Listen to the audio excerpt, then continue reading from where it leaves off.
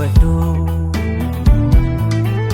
tumbaadin gara keenya riifadhu waan hojjennu meenu waqnu barsiisi karaarra deemuun nuuf ta'u ati nutti agarsiisi waaqa keenya waan goonuun nu baachisi kottu Yesuus gara qalbiitti deeffadhu utuun wadin gara keenya riifadhu waan hojjennu meenu ati nu barsiisi karaarra deemuun nuuf ta'u ati nutti agarsiisi waaqa keenya waan goonuun nu baachisi nuuf kottu waaqa araaraa nuuf kottu waaqa dhiifamaa nuuf kottu waaqa araaraa nuuf kottu waaqa dhiifamaa nuuf kottu waaqa araaraa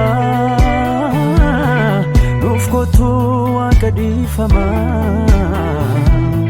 nuuf kottu waaqa araaraa nuuf kottu waaqa dhiifamaa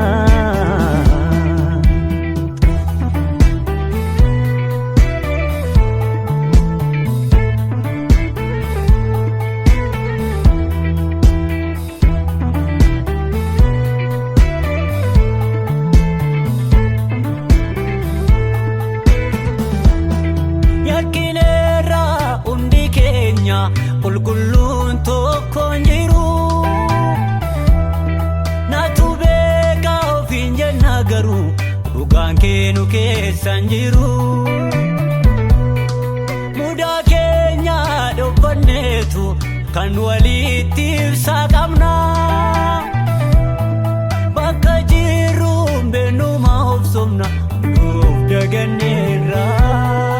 of yaadachiisa daraa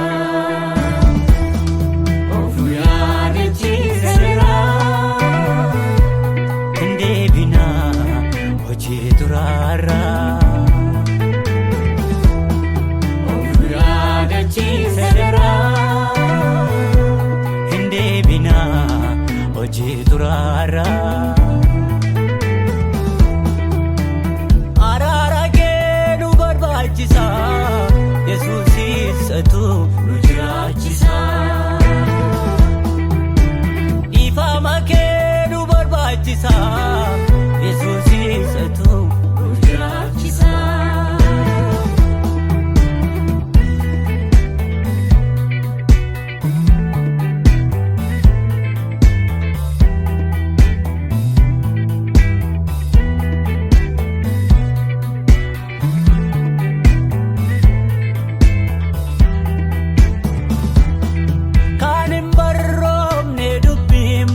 waan wangeelaarra hin jirre warjibbaa warqooqoodaa kan jedhu mi'eessumatti agarree arraan fakkaatu maleessa noobii edda keessa jirra akkanaatti itti bufnaani cubburriif balbalaan nu jira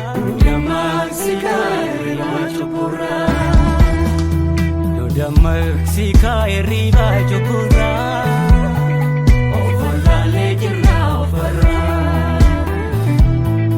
nu dammaqsikaa hirribaa jokorraa ofolaalee jirraa ofarraa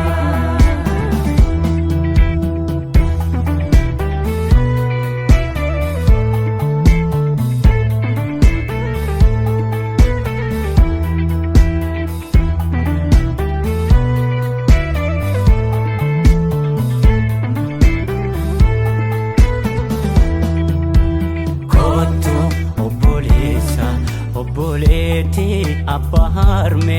karaa sirriitti deebinu kootu yeroo jiru lubbuu keenya du'a oolfannu kottu obboleessa obboleetti abbaa harmee karaa sirriitti deebinu. Kottu yeroon jiru lubbuu keenya du'a oolfannu. Obbaraari of oolchi badiisa har'a hamnaan oroosi rakkiisa. Lamaan jiru jireenyi tokkuma gooftaa malee hunduu akkasuma. Baay'isiin hojii kee duwwaanii utuu laaltu abiddaatti hin deemini. Araara isaa si barbaachisa isatu si jiraachisa.